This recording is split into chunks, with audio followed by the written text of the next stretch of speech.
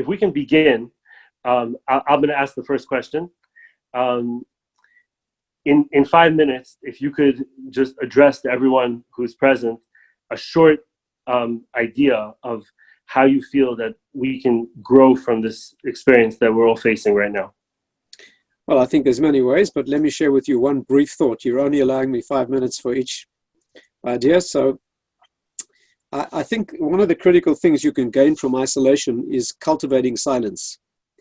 Let me say this by way of introduction, that what I'm going to answer you in every 5 minutes here, I've spoken about at length, and your listeners and your viewers are welcome to plug into the JLE, that's another Olami affiliate, Jewish Learning Exchange in London, and you can download from there, you can stream, or you can listen live, watch presentations on most of the subjects that you would like to talk about at great length, and you'll find a talk on silence there. But let me tell you in 2 minutes or 3 minutes what I mean. You know that the things that are really meaningful in your life cannot be put into words.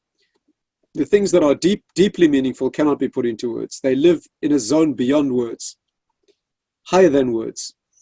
When you bring a thing down into words, you shrink it. You shrink it down into the finite dimensions of the words. And that's a cheapening of your soul. You bring yourself down into the limited, the finite. That's if you meet someone in the first 20 minutes, they tell you all about themselves. That's all they are, 20 minutes of talk. To be a human being, let alone a Jew who is growing in the spiritual wisdom, you need to be somebody that every word you can say has behind it many, many things that cannot be said. You know, the Kabbalistic wisdom is called sod. It's called sod. That means a secret. Why is Kabbalah called a secret? Because no one told you. That's a very childish mistake. It's not because no one told you. You know, you think one day you'll be walking through the old city of Jerusalem, and a hand will reach out from an alley, and a wizened old man with a long white beard, he'll pull you in and he'll tell you all the secrets. It's not called a secret because no one told you. It's called a secret because no one could ever tell you. It's a wisdom that is beyond words. That's why Kabbalah is always taught in analogies, allegories, because there are no words for those things. When you grasp yourself as you are, when you know that you're a Jew, you know you have a soul, you know you're not an animal. All these things are known beyond words. You can't put those into words. And therefore, what you can gain, Rabbi Rittenberg, from isolation is meditation. When you're forced into your own inner zone of silence and privacy, you can start getting to know things as they are. Let me leave you with this thought. Rabbi Dessler says that the mind has two faculties. There's the outer eye and the inner eye. The outer eye is your senses and your intellect. But that's not human. Machines also have senses that can transduce the world and make calculations. What a machine doesn't have is the inner eye, the knowledge that it's true. That no machine has. And that is very badly cultivated in the West. In the Eastern world, they're comfortable with that. In the Western world, we only relate to things that can be proved and measured and calculated. That's not human. Knowing Hashem, knowing God, is known with the inner faculty, with the inner eye. Nothing can be proved or expressed. How do you start to know God? You have to know yourself. How do you know yourself? You know yourself. You don't know yourself because you have proofs and demonstrations and senses. And we live in a society, and I would like to be a little provocative here and suggest that American society is probably especially bad at this. That's a society that is drowned in words. One of the great writers of the last generation, C.S. Lewis, he said, we live in a cataract of nonsense. People have to hear somebody talking to them. They're driving in their car, they've got to switch on somebody talking. What are they listening to? Some chat show host who's talking nonsense about things he has no idea about, listening to other people giving their views about subjects they've got no concept about. They've got to hear somebody talking.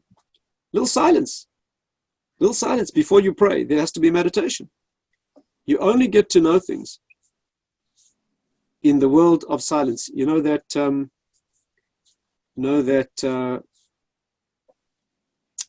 the meditation that builds your mind is beyond words.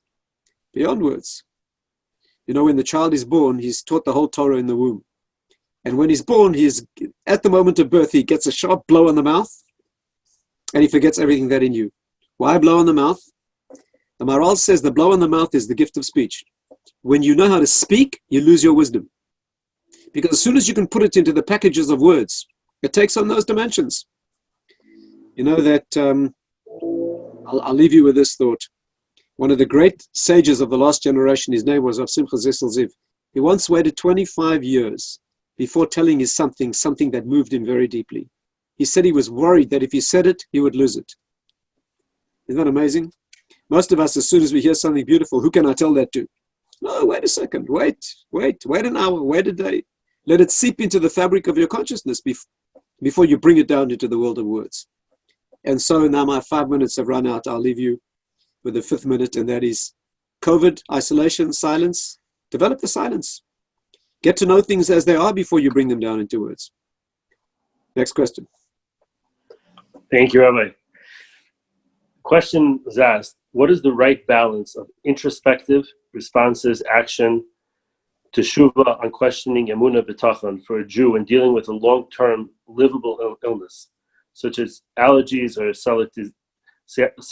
celiac disease? Aside from following logical medical advice, how does one respond? Is it a test or a spiritual consequence or a punishment? This is a very big question for 5 minutes, don't you agree? Well, let's at least say the principles. First of all, the first issue to address in your question of about a person living with a long-term disability or illness, the first question to note is that we do not know why things happen. Don't know why things happen. Let me make this clear. Since we have no prophecy anymore for the last 2,300 years, we no longer know why things happen. The only way you know why a thing happens is you have a prophet. You go to the prophet, the Navi, he tells you why this happened to you. We no longer have that wisdom. And therefore, the principle we operate on today is that we have no specific knowledge of why things happen. There are rare exceptions. Sometimes something happens to you that is very specific and very immediate. That's a rare flash of light from the spiritual world. But in general, we do not know why things happen. And therefore, is it a punishment? Is it a consequence? Is it something you did in the past? If it's a reincarnation that you need to go through, is it a test? We don't know. I'll give a talk about this in Mitzvah Hashem soon. The Ramchal in Derech Hashem, there's one section in Derech Hashem where he does something absolutely stupendous, beyond belief. He says, there are 12 reasons why things happen to you in the world. 12 reasons, specific reasons, and he goes through them. Specific 12 reasons, no more and no less. So which of those particular 12 reasons is the reason why you are going through this particular illness? We don't know. That does not mean we don't know what to do about it. So listen carefully. It's very important to make this distinction. A person suffering from a long-term illness, long-term loneliness, they're unable to get married, tragedies lo alone in their family, whatever the problem is the person's dealing with, and everyone's dealing with something. Why is this happening to me? Number one, why? We don't know. Number two, what? We do know. Example. Why is the world going through a corona crisis at the moment and a COVID crisis? What exact sin? By the way, we know it's because we've sinned. The Gemara is very clear that plagues come to the world because of sinful behavior of humans. No problem. Not surprising. Which particular version of the sin? We don't know. Why now in particular? We don't know. But we know what. The what is the consequences. Isolation, deaths of certain categories of people, certain format of the tragedy, international decision to isolate you with all the consequences to the economy. We certainly know what. And therefore we can respond to the what. For example, Hashem's putting you into isolation. Good, use the isolation. What do? Develop inner resources, like we said before, silence. Relate to your family in a way that you didn't do before. There's many things. You don't have to know why a thing's happening to you to know what it's challenging you to do. This person is suffering from a long-term illness that makes it embarrassing to go among people, or they can't get adequate employment, whatever it is. Why is this happening to me? I don't know. But I know what's happening. And therefore, what are the features of the situation? Is it pain? What can you learn from pain? Is it isolation? Is it a test of character? That you can certainly read. A well-adjusted person understands that whatever the situation they're put into is designed for them. Why? I don't know. He's got his calculations. But I know what. And therefore, the second level is a level of reading the details and adjusting to the details. And the third level, says the Gemara, is you've certainly been given this for a reason, and therefore you examine the layers of your life. What needs correcting? Your marriage, your loyalty to your friends. You go through the layers of your life. If you find nothing wrong, as I'm sure all of your spiritual viewers would find, then you put it down to your Torah learning, because that's the broad spectrum antibiotic that fuels everything else. So what to do about situations like that, we know. Why is this happening? Which is what bothers most people. We don't know, and it's often not profitable to think about because we cannot answer that question specifically. Now it becomes a personal decision, personal discussion, which I can't answer in general. This person particularly going through this particular thing, what do they learn from it? What particular message or what can they extract from the fact that they're going through something painful or embarrassing or limiting in some way? That becomes a personal. Let me leave you with this comment. Here's an amazing comment. Rabbi Zev in Chicago, did you know Moti Cohen? I don't know if you knew him. Where's Rabbi Zev gone? There was a wonderful man called Moti Cohen. Zev, did you know him in Israel? Anyway, he was close to Rav Moshe Shapiro. He traveled with him around the world. Very special individual. He died a few years ago of cancer as a young man. When he was in the last phase of his illness, he went to Rav Shapiro. And he said to him, you know, I have a few months left maybe. What should I be working on? Right? In this situation, desperate last months of my life, listen to what Rav Shapiro said to him. Tid'ag shetivne lecha koma nosefet. You know what that means? Take care that you build another koma nosefet, another story to your soul. In other words, story, I mean another floor. What do you call it in America? You should be a bigger person. A bigger person, not just some details. You're going through a life-changing event. This is life and death. Make sure that 3 months down the line, before you die, you've added a floor to your soul, another category to your soul. Not that you complain a little bit less and you smile a bit more and you write a nice, message to your family they can read after you've gone. Make sure that you die as a bigger person than you are now. A well-adjusted person goes through a crisis and becomes a bigger person. A badly adjusted person goes through a crisis and it breaks him down. Next question. Okay. The next question on a similar sort of direction, related to the seriousness of what's going on today. Why do Jewish people die, or why does anyone die while doing mitzvot? The example they were giving is the killing in Muncie or in the house caught fire because of the Hanukkah candles. How would we understand how a person would die while doing a mitzvah? Well, let's get clear what the question is. First of all, why things happen, we don't know. We don't know why things happen.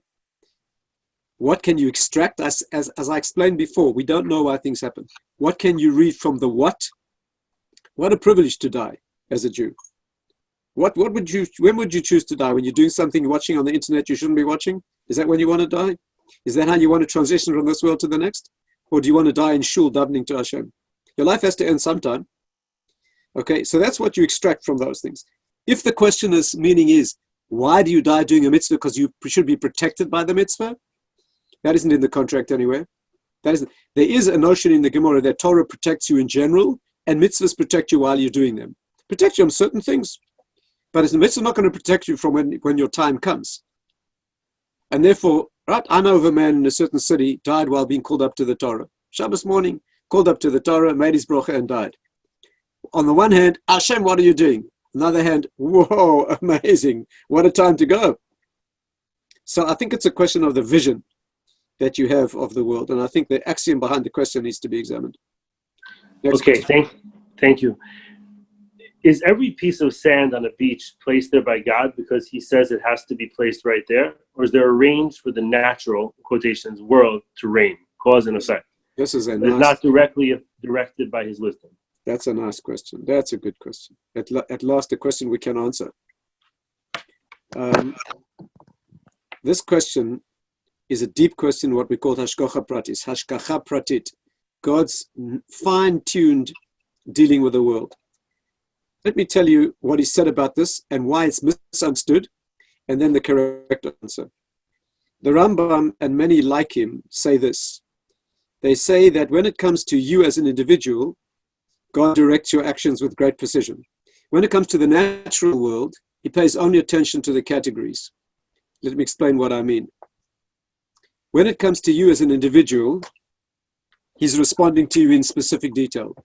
When it comes to animals, he's responding only to the needs of the species. Right? Rabbi Gidon, nice to see you here. Yeah, I hope you're recovering from the work you put me through the other night. Let me say this. When it comes to individuals, that's called hashgacha pratit. That means God controls or interacts with you specifically. When it comes to fish, says the Rambam, he's not concerned about an individual fish. He's only concerned about the species. Let me say that again. When it comes to animals, horses, cows, etc., God is concerned about the species. He wants horses around. He's not fussed about this horse or that horse. When it comes to sand on the beach, he wants sand. Doesn't matter whether it's this grain or that grain, 1 grain more, 1 grain less. That is irrelevant to him. However, that concept is badly misunderstood. What's meant by the Rambam when he says that is that it's a different nature of God's interaction with you than with grains of sand on the beach. But according to Kabbalah, every grain of sand, every blade of grass is absolutely necessary. And the reason is, it's part of his creation. When they make cars in Detroit, or when they used to make cars in Detroit, they didn't throw in nuts and bolts for no reason. Every nut and bolt has a reason, you may be sure. They don't throw in stuff that are not needed. And they don't leave out anything that is needed. Not one detail, not one lick of paint. There's not one screw or bolt in your car that's unnecessary. Being carefully placed there for a reason. Some more important reasons and some less important reasons. When God creates a world, every molecule is necessary. Every virus is needed. You know how many virus particles there are in the world? More virus particles than stars in the known universe. The most numerous organisms on Earth are viruses. Everyone is necessary. Do you understand why? No, but he does. So let's say it again. According to Kabbalah, every detail, every breath of wind, every blade of grass, every grain of sand is absolutely necessary. So much so that it's written in Kabbalah that if 1 grain of sand would disappear, the universe would collapse. Not only is it necessary, it forms part of a circuit that is complete. And not only that, the Ramchal says, in the end of days, you will realize why it was necessary. However, the quality of Hashem's interaction, the amount of himself that he reveals into interaction with the natural world and grains of sands on the beach is much less than he reveals interaction with you. And the more spiritual you are, the more he reveals. And therefore, a person who lives on the level of a tzaddik, his affairs are controlled exactly. Reb Chaim Vital once, the great Kabbalist, he had a difficult calculation to make about whether he owed a certain amount of charity or not. He thought about it carefully. Did he owe that amount of money, or was it what's legitimate not to pay that amount of money? He made a calculation, he decided he was not obliged. Within the next hour, a vessel of his fell into the well and broke that was worth exactly the amount that he decided he was not obliged to pay. You got it wrong, there's the consequence immediately. That's what we call hashgach pratit. And therefore, in summary, the answer to your question is, the natural world is dealt with in a natural fashion. You do not see that it makes any difference to God whether this fish is caught or that fish is caught. But according to Kabbalah, which is operating in the hidden world, every grain of sand is absolutely essential. Thank you, Rabbi. Another question: if it is decreed when we should die and the person led a meaningful life, why do we mourn the death of a loved one rather than celebrating his or her life? Does it benefit the soul, and how? Okay.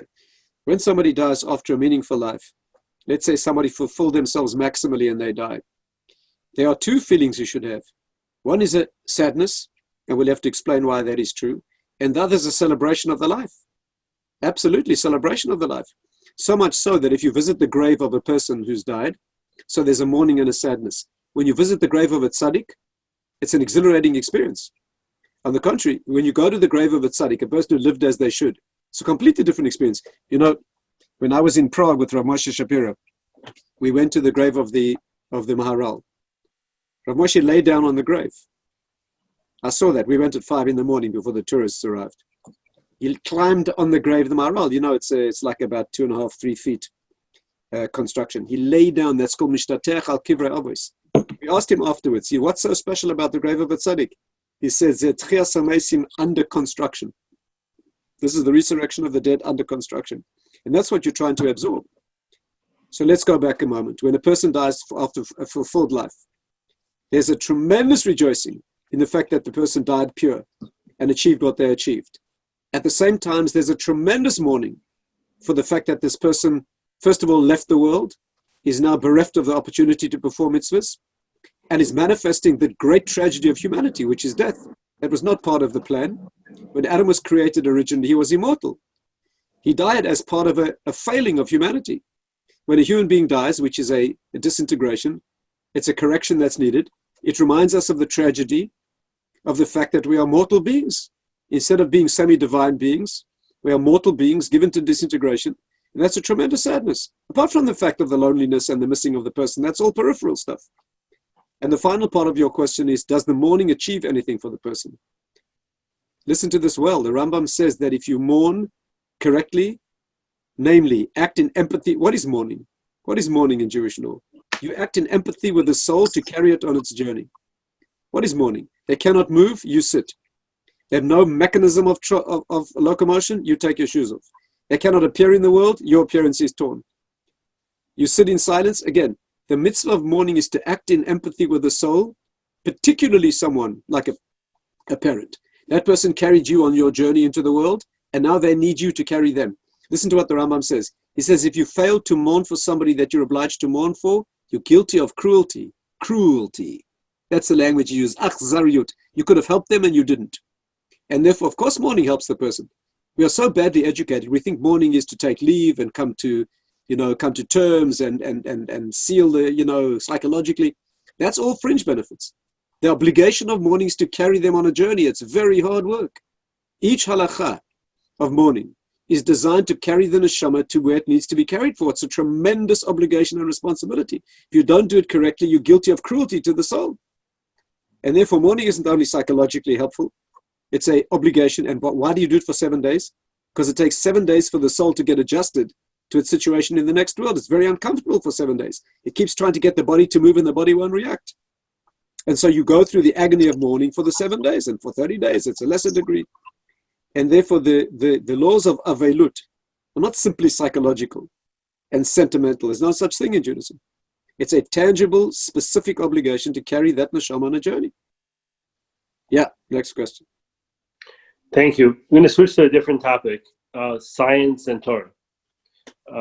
So one question was asked a couple of times in the Torah. I'm just quoting the question. One of them being in Parshat Re'eh, the Torah mentions the camel and states it doesn't have a split toe, but in reality it does, looking at the bones. What is the explanation for this? The camel does exactly what the Torah says. Let's get that clear. No problem with the camel. But maybe I can rephrase your question if you don't mind. I think your question means what happens when the Torah says a certain thing and reality does not agree with that. That's your question. I think that's the meaning of the question. What do we do when the Torah... The person continues. They maybe misspoke about camel, but they continue. A hare and a rabbit are also mentioned in this portion. Both a hare and a rabbit are not chewing their cud because they don't have the stomach structure to do that. I heard the answer, So maybe you could clarify the question first and then explain the answer. Yes, I think your question is, the questioner probably means what happens when there's a discrepancy between the way the Torah says a thing and the way the reality that we see. This is the classic problem of the discrepancy between science and Torah. And if I may broaden the question, it isn't only the Torah, it's the oral law as well. What happens when the Mishnah tells us that a certain scientific fact operates a certain way, and we see in the world that it's wrong? I'm going to address that question if that's okay with you. Right. We had someone else asked that question about lice, about being allowed to kill lice on Shabbat because they don't reproduce. Right. Okay. So we're dealing with a clash between Torah and science. Torah tells us one thing, science says different. 5 minutes not enough to address this question, Rabbi Rittenberg. But I'll give you an overview of the approach here. Torah is a divine wisdom, spiritual wisdom. Cannot be wrong. Cannot be wrong. If there's a clash between science and Torah, you either misunderstand the Torah, or you misunderstand the science, or you misunderstand both. That's the axiom we come from. On the contrary, science is a shifting sands of perception, research, changes over time. Torah is infinite. Torah's definition of truth. No self-respecting lice can do different than the Torah says, because they're governed by Torah. Torah conditions and creates their reality. No self-respecting camel, with all due respect, would dare have a hoof different than the Torah says. The Torah came before the camel. People think that Torah is an incredible description of the world. Most times it gets it right. Knows which chews the cud and what doesn't chew the cud, and it knows the planets, and unbelievable wisdom. How does the Torah know it? Unbelievable thing. That's complete garbage. Complete garbage. The Torah doesn't know reality. People think the Torah knows reality, and the rabbis, they were amazing. They got it wrong a few times, the hair and the lice. But most times, the rabbis tell you, what the rabbis say in the Mishnah? That no fish Every single fish that has scales has fins. How the heck did they know that? That Mishnah was written 2,000 years ago. How did the rabbis know that every single fish that has scales has fins? Even today, we're not sure we've discovered every species of fish. Okay? About 30 years ago, a new fish called the coelacanth was discovered. And to this day, no fish has been found that has scales that does not have fins. How do they know that? Whoa, they were amazing. They knew, here's another version of that argument. You know why you have to eat kosher food? Because the rabbis knew, or the Torah knew, that unkosher food is unhealthy. You know why they told you not to eat pork, the Torah? Because pork has tapeworm. Whoa, they were amazing. They knew that. They tell you not to eat shellfish. You know why? The shellfish swim around in the schmutz at the bottom of the sea. They soak up all the hepatitis virus. They make you sick. Whoa, the rabbis knew that. Very amazing. That's garbage. That's garbage. The Torah doesn't know reality. The Torah came before reality. The Torah was written before the shellfish was created. The Torah was written before the pig was created. No self-respecting pig would dare to be healthy because the Torah says he's unhealthy. No self-respecting shellfish. You know the way it works? The shellfish is created. He swims around in the sea. He says, gee, I'm a tameh fish. I better swim around in the schmutz. Again, you have to understand the Torah reality comes first. And then the physical reality follows. The reason, listen to this. The reason the reality looks the way the Torah says is not because the Torah knows reality, but because the Torah created it that way. Rabbi Rittenberg, you know, there's a famous story about a man walking in the forest. And suddenly he starts noticing targets on the trees, and there's an arrow exactly in the dead center of every target. Unbelievable. There's all these targets on the trees, and in the dead center of every one is an arrow. And finally he finds the guy shooting. He says to him, I've never seen such skill. Unbelievable. The guy says, no, it's easy. First I shoot the arrows, then I draw the targets. Hey, what came first? The Torah came first. Therefore, it cannot be wrong about science. Okay, so let's take that further. And by the way, what gets me a little wound up by this question, I try not to get wound up, but if I get wound up about something, it's this. The questioner asks, you know, lice that don't fit the rule of the Torah, or the jawbone of the donkey or the camel. He's got about 5 questions. You know, these are about 5 famous questions in this area.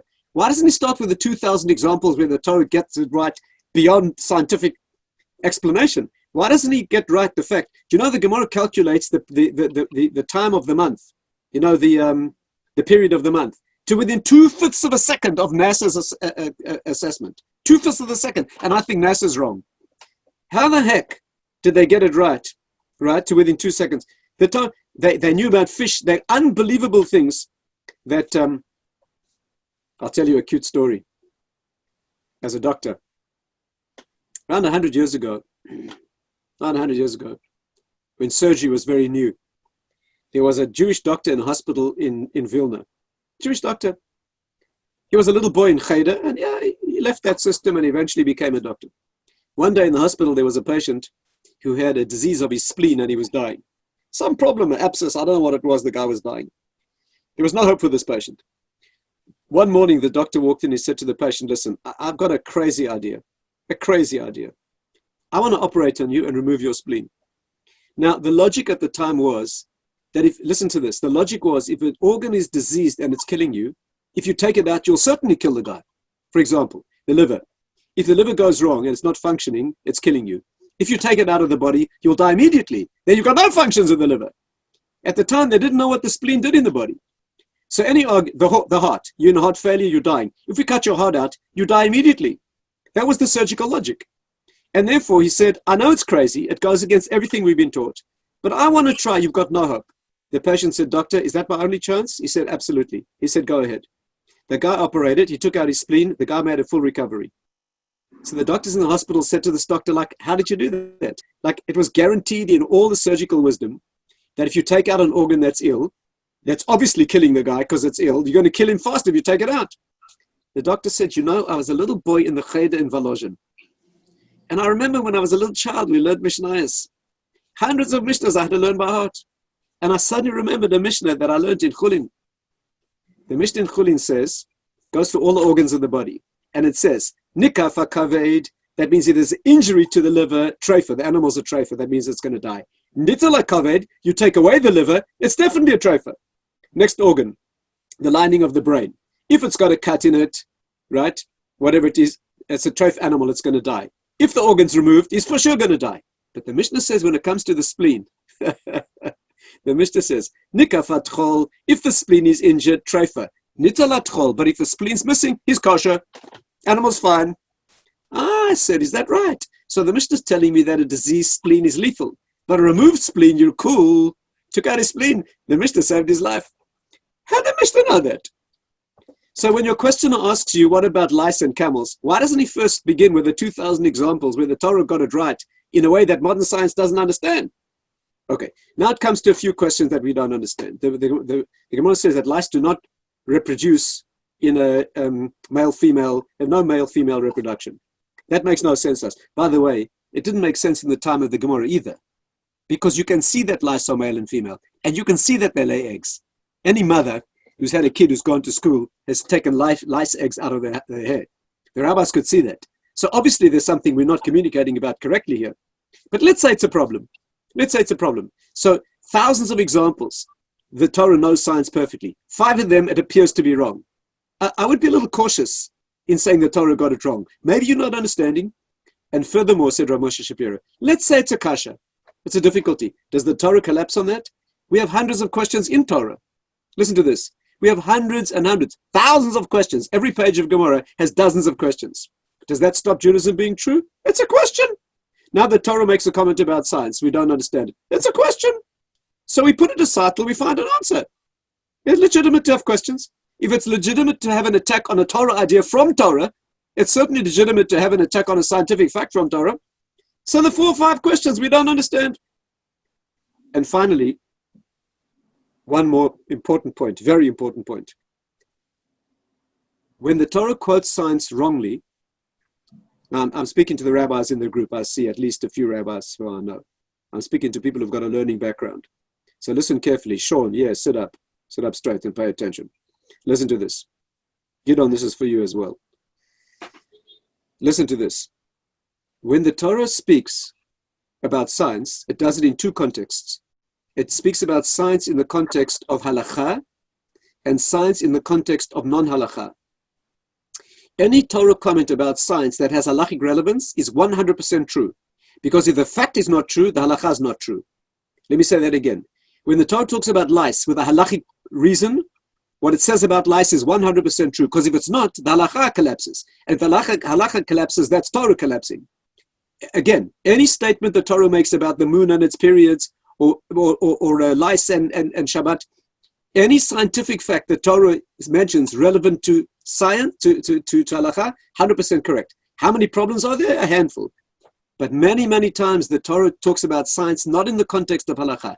And there it's wildly wrong. Wildly wrong. Because when the Torah uses a scientific fact for spiritual illustration, for metaphorical purposes, it never meant the fact to be true. That example, you understand? When the Torah wants to convey a Kabbalistic idea, the Gemara wants a Kabbalistic idea, it uses the science of the time. The science can be wildly wrong. I'll give you an example. Let's say I want to illustrate to you a deep principle in physics. So I use the story of Goldilocks. By the way, in physics, there's a thing called the Goldilocks principle. You know that? Amazing thing. Nuclear physicists today, they discuss the Goldilocks principle. They're using a fairy tale because it perfectly suits the need of explaining, does it mean they believe in Goldilocks happened? No. They're using it as a story that many times the Gemara uses a scientific fact. Weird stuff about driving out spirits of insanity by smoking. Weird stuff. There the Gemara is using it as illustration for a Kabbalistic principle. They used the conventional science of the time because it was the perfect metaphor. It's got nothing to do with the truth.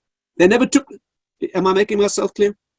And therefore, whenever you come across the Gemara talking about a science, ask yourself, is this talking la halakha? If it is, you can bet your life on the scientific fact. When it's talking about something Kabbalistic, it's got no connection to the scientific fact. It's only using a story for illustration. Okay, next. Let's move on. Okay. We have another question over here. Sort of related to this, but a little bit different. As a medical professional, you know you wouldn't prescribe a patient medicine that is controversial or debated upon. There are certain ideas in Judaism that are agreed upon by everyone, and there are others that are highly controversial. For example, whether chicken is considered meat, and if we can eat cheese afterwards. Why should Jews follow these rules when the rabbis can't seem to agree on what's right and what's wrong?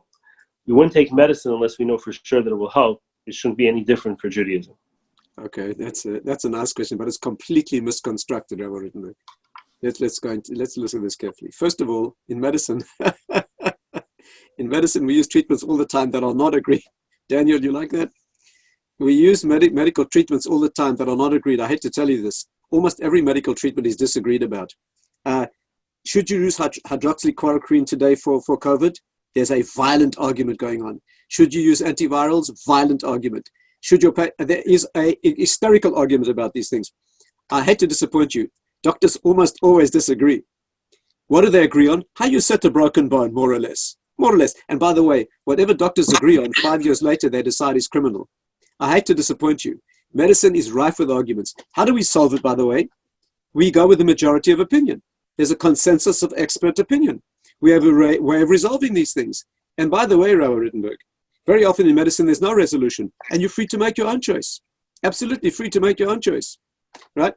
Many things in medicine. When you replace a heart valve, there's a massive argument. Do you use a pig valve or a plastic valve? Violent argument. They both have merits and they both have risks. A plastic valve, when you replace a heart valve with a plastic valve, the beautiful part about it, it lasts for a lifetime. The problem is you have to take blood thinning medications which are dangerous. If you use a pig valve, no blood thinning medications, perfectly safe. But about 10% of them need to be replaced in 10 years' time. Which is better?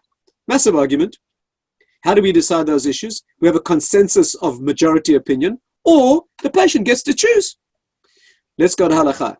In halakha, we have a way of resolving halakhic disputes. Absolutely. By the way, whether chicken is meat or not is no longer an argument in Judaism at all. Okay? It is considered halachically as meat for all intents and purposes. But the point is that there are rich arguments in Torah, which is wonderful. That's the dynamic of the oral law. And we have a way of resolving it. What's the way of resolving it? Majority opinion. Very clear.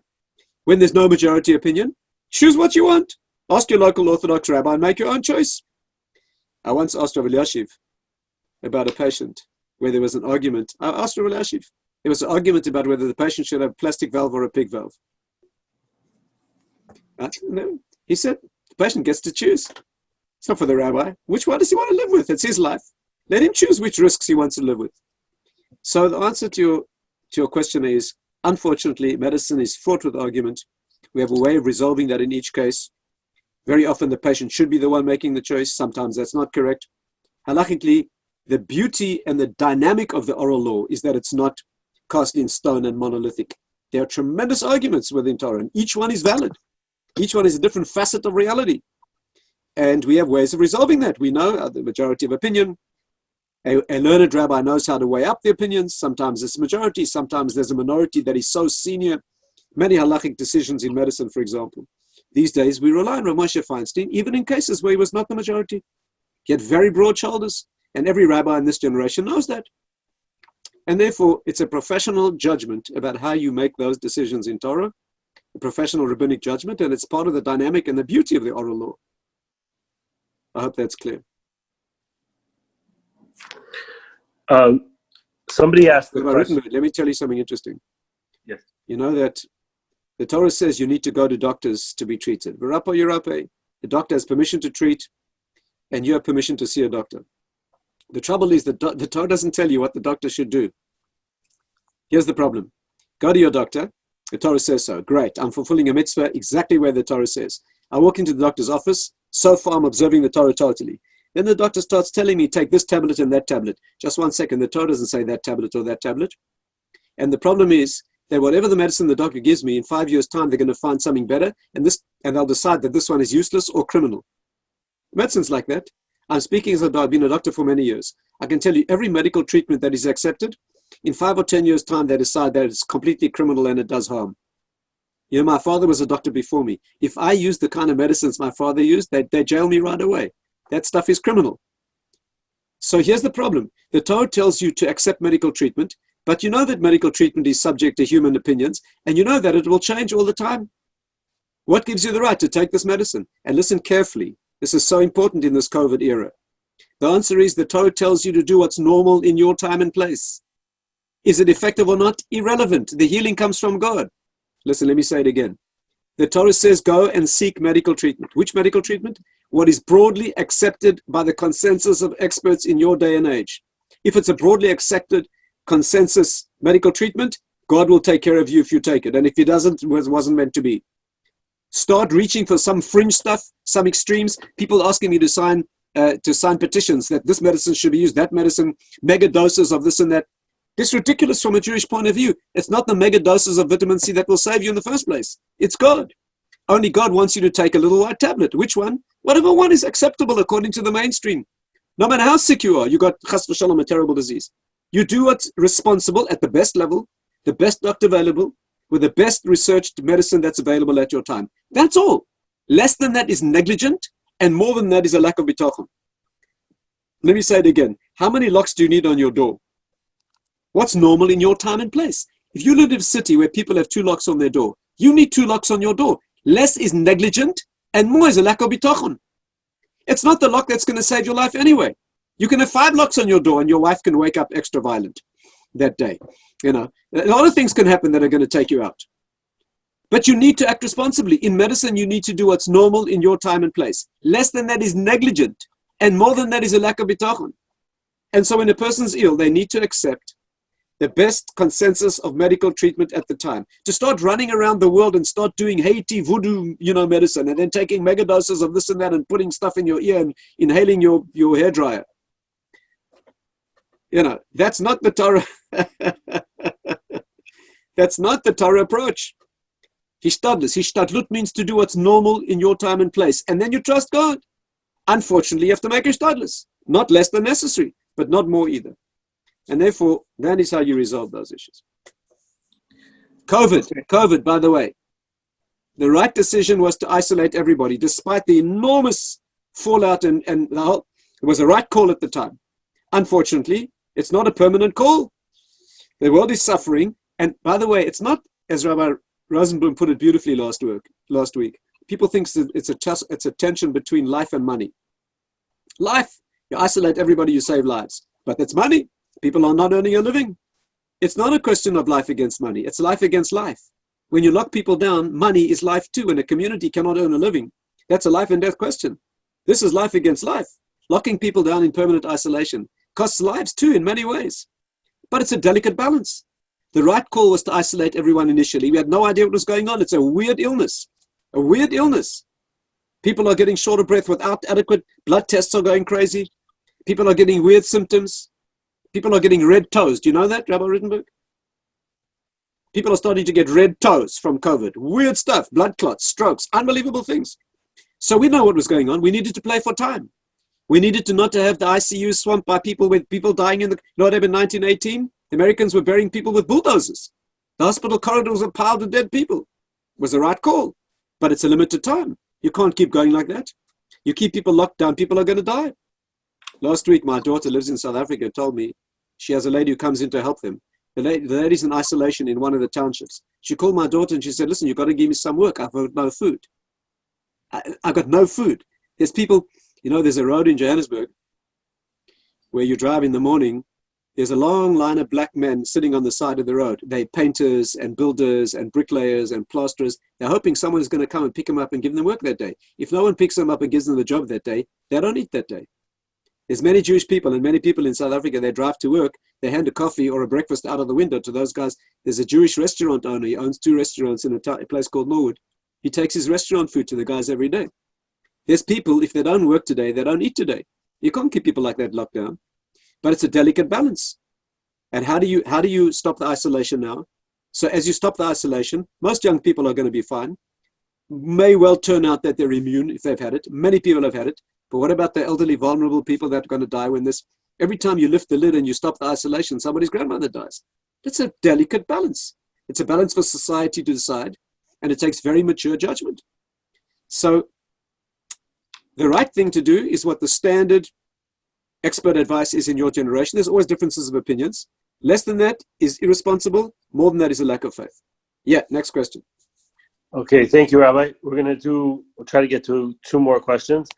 I know there's a lot of questions that we didn't get to today, and we're going to continue a week from today, exactly at the same time as Hashem with God's help, next Tuesday.